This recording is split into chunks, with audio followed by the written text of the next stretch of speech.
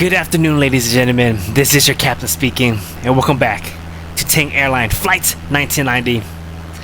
Let's clock in. Today might be a longer video than usual. That's because we got a lot of things to talk about when it comes to Chicago. The weather here doesn't look too great right now. It's probably gonna storm. We left Miami to avoid the storm, and then a storm came here with us. That is very unfortunate. But here we are, the city of Chicago. Welcome to the Windy City. Look at these skyscrapers here, and we got Navy Pier right in front of us, which you can't see here, but just look at this. Wow. We have to give a big shout out to all the Platinum Premier Plus members for choosing Tang Airline. And today I have some great facts for you guys. That's one thing about Tang Airline. We don't just fly around the city. You're gonna learn a thing or two about every city that we're gonna visit. Chicago rests on a 234 square miles. It is the third largest city in the US with an estimated population of 2.7 million. Now, if you put that in perspective, New York has 8 million. So just think how big New York is compared to Chicago. I'm pretty sure you all have heard of the nickname the Windy City. So this is how the name Windy City came about. In 1883, Charles A. Dana, an editor of New York Suns, published an editorial called Chicago a Windy City. He did it to reference the city full of hot air. Politicians who were advocating and wooing organizer to hold an 1893 World Columbian Exposition in the city of Chicago instead of New York. So apparently that is how the Windy City came about, basically about the politician. The CTA of Chicago is the nation's second largest transportation, providing more than 450 million bus and train rides. The city of Chicago is known as the United States railroad capital, with more major railroads serving the city than any other places in America. And right below us, you see here, that is the Chicago River. We got the Trump Tower, we got the St. Regis, we got the Aeon, and then we got the John Hancock. You guys probably heard of the Great Chicago Fire that burned down the city. The fire took place on October 8th of 1887, and still today, we don't know exactly what caused the fire. All we know is that there was a fire that broke out in a barn southwest of the city, and that just happened to destroy everything here. So when it happened, think about it, there was no skyscraper. Chicago didn't look like this, you know. The fire burned for more than 24 hours. Rain, like what we're about to have here, is what put the fire out, killing approximately 300 people and left about 1/3 of the population homeless. As we're flying by the Willis Tower, aka Sears Tower, we got more facts about that when we get to it a little later today. The fire burned for more than 4 miles long and 1 mile wide. 17,500 buildings were destroyed. Only 120 bodies was recovered. And right below us right here is the Millennium Park. Opened on July 16th of 2004. Original name was called Garden of Arts, but that didn't happen. It's a Millennium Park. Right below us right here, you see here, silver thing, that is one of Chicago's famous landmark, the Cloud Gate, aka the Beam. It was inspired by liquid mercury, and it gets wiped down and power washed daily, roughly 2 times a year. It gets cleaned by a 40-gallon of liquid detergent. So that bean there is, a lot of people, we come to Chicago, a lot of people come visit that bean. Now I'll be honest, I don't know what's so great about the bean, but that's the bean. In case you guys want to come to Chicago, that's the most famous bean here. So Millennium Park has a underground garage. It is the second most visited tourist attraction. You see a little X thingy over below us. It's called the J. Pritzker Pavilion. Has capacity of 11,000, and it's a state-of-the-art sound system, the first kind of its world, to kind of mimic an acoustic indoor concert. And there's the water fountain, which doesn't do justice here. It froze here, but Lollapalooza is held here every year. But we're gonna take one more look around Millennium Park. And here's a great view of the Millennium Park for you guys.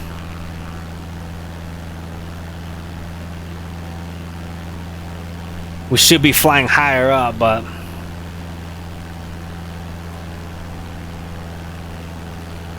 and this park, the original plan for the park was supposed to be bigger, but when they finally, you know, created the park, built a park, it was smaller. Have you guys ever heard of the Chicago Spire? It was a super mega tall skyscraper that was supposed to be built, but then it got canceled. It started to be in 2007 to 2008 when it started building the skyscraper. It was supposed to be a 2,000 feet skyscraper with 150 floors. Now keep in mind that would have been taller than the Willis Tower by like more than 500 feet. When they started constructing it in 2007, they made the foundation, which is a big old circle. And ever since they canceled, there's just a circle just sitting there, I guess you could say. That you can actually go see it. We're gonna fly by that circle. I'm gonna show you guys where the foundation, where the Chicago Spire was supposed to be built. It would have changed the skyline, and if they did complete it, it would have been the tallest building in the Western Hemisphere. Still wouldn't be taller than the Dubai Burj Khalifa. But I don't know if you can see it. I'm gonna fly right below. You see the hole to the left right there. Right there. See the hole to the left right there, the little hole right there. That would have been the Chicago Spire, and now it's just a hole sitting there. And this one is probably one of the most famous landmarks here in Chicago. Is the Navy Pier. The pier is 3,300 feet long and 292 feet wide, built on top of a 20,000 logs that was imported from Oregon, completed in 1916. And it cost about $4.5 million. Pier was closed to the public on August of 1941 for Navy training, and that is the pier right here. You see the Ferris wheel here? This is actually a new Ferris wheel. The newer Ferris wheel was installed in May of 2016, and it is 196 feet tall. The older Ferris wheel is only 150 feet. So this one here is the taller one, but it's not the tallest one in the world. One attraction you go to, you want to ride the Ferris wheel, you can. We're gonna fly by it pretty low here, which we shouldn't do. And that is Navy Pier. All the boats here. In the summertime, this place is bopping. I really hope you guys enjoyed the video so far. All the Platinum Premier Plus members, you guys hopefully learned a thing or two. Always here on this channel, you guys learn something new about the city that we visit. And let's check out the second smallest NFL stadium, which is Soldier Field. It is the oldest stadium in NFL. Opened in 1924. It was renovated in 2003, but still, it's very small. A capacity of 61,500. The Chicago Bears. Now, I believe Chicago Bears, they're talking about moving to a different stadium. So this stadium might be vacant sort of for now. But this is Soldier Field. Concerts are held here. Bunch of outdoor concert. This is the place here. Even with the renovation in 2003, it's still small. Like the MetLife Stadium that we went to see in New Jersey, that is 82,500 capacity. That's 20,000 more capacity than Soldier Field. Gonna fly by one more time. Soldier Field. And you guys see this building, this tall gray building. It has a similar build to the World Trade Center. It is the fourth tallest building in Chicago at a height of 1,136 feet. It has 83 floors. It was constructed between 1970 and 1974. It is 8 feet taller than the John Hancock. And like I mentioned, the build on this, if we look at the build of the outside of it, it reminds you, it builds similar to the World Trade Center. It was the tallest building in the world without an antenna up until 2007. It got surpassed by Shanghai World Financial Center in 2007. Let's take a look at this. I heard they're supposed to build like a observatory deck, like on top of the roof of this skyscraper. So I don't know if they're actually gonna go through with it, but just look at it. It has a very similar, like, it just reminds you of the World Trade Center, like just how the building, just how the structure is, you know. And this greenish looking stair type building here is St. Regis. When it was being built, the name would have been Vista Tower, but once it was completed, the official name is St. Regis. It is a residential and hotel with a height of 1,196 feet. Currently, the third tallest building in Chicago, completed in 2020. It has 101 stories, 393 condos, and 192 hotel room. Can you imagine that? Someone rich decided to buy an entire floor of this St. Regis residential tower, knock down all the walls, and have a 360 view of the skyline, man. That is crazy. We're gonna fly by one more time. You can see the Aeon and St. Regis. And our next skyscraper to look at, it is the second tallest in Chicago. It is Trump International Hotel and Tower. A 98-story building, 486 luxury condos, 339 hotels, built in 2009.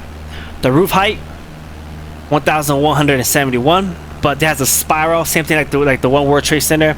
With the spiral, the height is 1,388 feet. If we count the roof height alone, and not the spiral, the St. Regis residential would have been the second tallest. Fly by. There's Trump Tower one more time.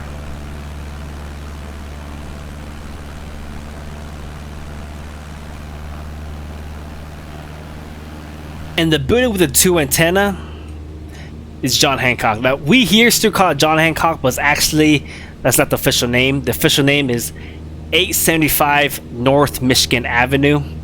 That name was official in February 12th of 2018, but we still call it, you know, John Hancock around here. It was completed in 1969, and it was the first skyscraper outside of New York that is more than 1,000 feet. This one here has a height of 1,128 feet. Currently is the 5th tallest in Chicago, and it has it has 100 stories. Now if we include the antenna, the total height of the structure, entire structure, is 1,500 feet. It has a observatory floor on the 94th floor called 360 Chicago. You have the whole view of the city. And that observatory floor is at 1,030 feet. This one here has over 700 apartments, and each of the X you see, like you see how the building was built. Now, I don't know if you guys can see it, but the building has like the X on it. Every X is 18 floors. Yeah, so you have an idea here. All the X, you see the X right there? Yeah, every X is 18 floors. On the 95th floor, it has a restaurant called the Signature Room. Now, me personally, I heard, well, it's expensive for one thing. First of all, just for the view. Second of all, I heard the food wasn't that great, but you know, you came there just for the view. You don't really go there for, I guess, the food at all. But that is 875 North Michigan Avenue over here, John Hancock. I would say John Hancock and Willis Tower, aka Sears Tower, is probably the two most recognizable skyscrapers in Chicago. Just enjoy the scenery here. Me personally, I think Chicago has probably the best skyline. I feel like the skyline in New York is all kind of like bunched up together. I feel like this one here makes it, I don't know, man. I guess because I'm biased, but I think Chicago has the best skyline. You know, outside of New York, you know, in terms of skyscraper, you know, Chicago is a second city behind New York to have as many skyscrapers. Well, the most skyscraper behind New York. like Los Angeles. Even Los Angeles is the second largest city in the U.S., but it doesn't have that much skyscrapers. You know, so really, Chicago and New York are the only two cities that really has huge, tall skyscrapers. And Chicago has this famous river, which we're gonna fly by, called the Chicago River. It is 156 miles long. You could take a tour, an architecture tour, and the boat would take you through this river, and it would tell you the history of Chicago, the architecture, the history of the building. It's such an awesome tour that I would recommend you to check it out. It's quite pricey, but it's just you know, it's just awesome to see the scenery, especially you go like sunset. You know, you go when it's sunset and you come back when it's like nighttime, so you get the whole experience. And on St. Patty's Day, they dyed the river, the entire river green, and the deepest point of the river is 21 feet. So back in 1885, a bad storm caused sewage backing up that polluted the entire river, and it polluted the Lake Michigan. Well, every river flows outland, but in 1900 a canal was built which flowed the water inland, you know, which is so the water doesn't flow from Chicago River to Lake Michigan. It flows from Lake Michigan to Chicago, which is very unique, but this is how they keep it clean, I guess you could say. We're taking a look at the Chicago River one more time. That is the Chicago River.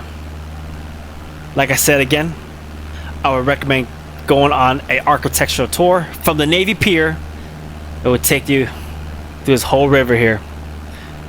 You can see a beautiful scenery, history, all of that.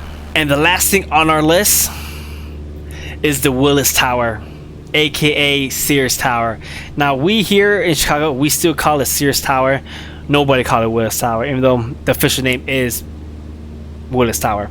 But it was completed in 1973, and it was the tallest building in Chicago and the tallest building around the world for 25 years. From 1973 to 1988, it got surpassed by Petronas Tower in Malaysia. Again, due to the spiral, everything with the spiral surpassed the building, I guess. But the spiral in the Malaysia, the Petronas Tower, surpassed it. But this one here is currently, so it is the tallest building in Chicago, but the 22nd tallest in the world right now, and it's the third tallest in the US. The One World Trade Center is the tallest, and the second one is the Central Park Tower. But that is the Willis Tower, built in like tubes, you know, built in tubes. And the building is 75 feet by 75 feet. The height of it is 1,451 feet. That's the roof, but no, we have to but we include, if we include the antenna, is 1,730 feet. And the building actually leans 4 inches to the west, which is this way, because the way how it was built of asymmetric, as you can see, because of the tube.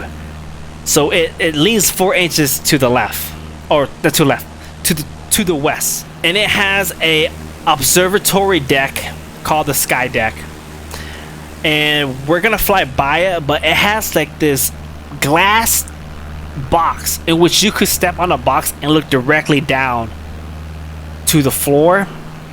We fly by it, if we fly close enough, you could see it. A glass box that is 3.5 inches thick. You kind of see it right there. You see the glass box. You can see the glass box sticking out right there. That is the glass box. It has cracked, like people have stepped on it and it has cracked before, so it's kind of scary to think about it, but it hasn't, like, no one has actually fallen through it. But the glass is 3.5 inches thick. It's 110 stories, and the World Trade Center originally was the tallest, and this one's just, after this was complete shortly, it surpassed it.